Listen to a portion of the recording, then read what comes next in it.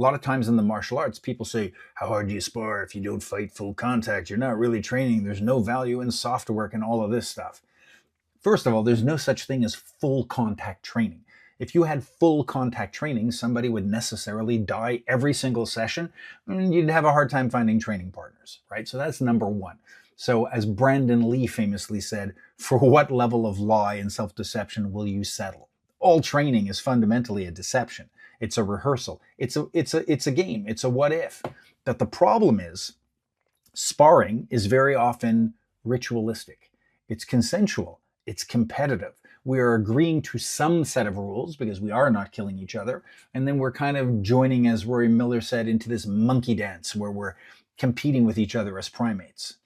Real life, however, especially with aggression, encroachment, invasion, and certainly with assault, it's much more akin to non-competitiveness. It's all about cheating, not competing. It's about deception.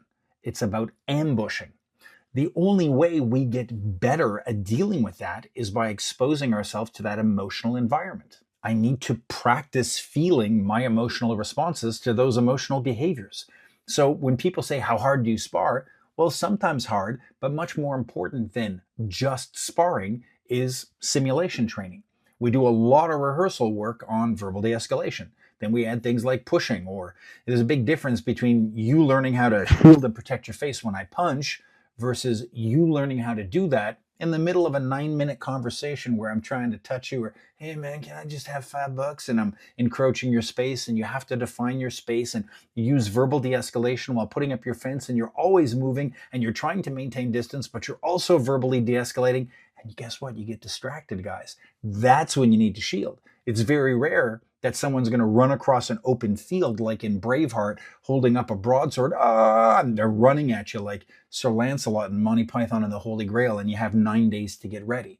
Most of the time, it's going to come off of some sort of behavioral delivery system where people are coming in and encroaching. Predators, takers, they use this interview period to see how close they can get to you. They'll try to do things like touch you too much, or get too close, or gesture, make you look. They test your compliance. All of these are ways of testing your resistance, like a hypnotist breaking down your resolve to make you a more agreeable victim. And the only way you're going to learn to identify those behaviors and get comfortable experiencing them is through role play.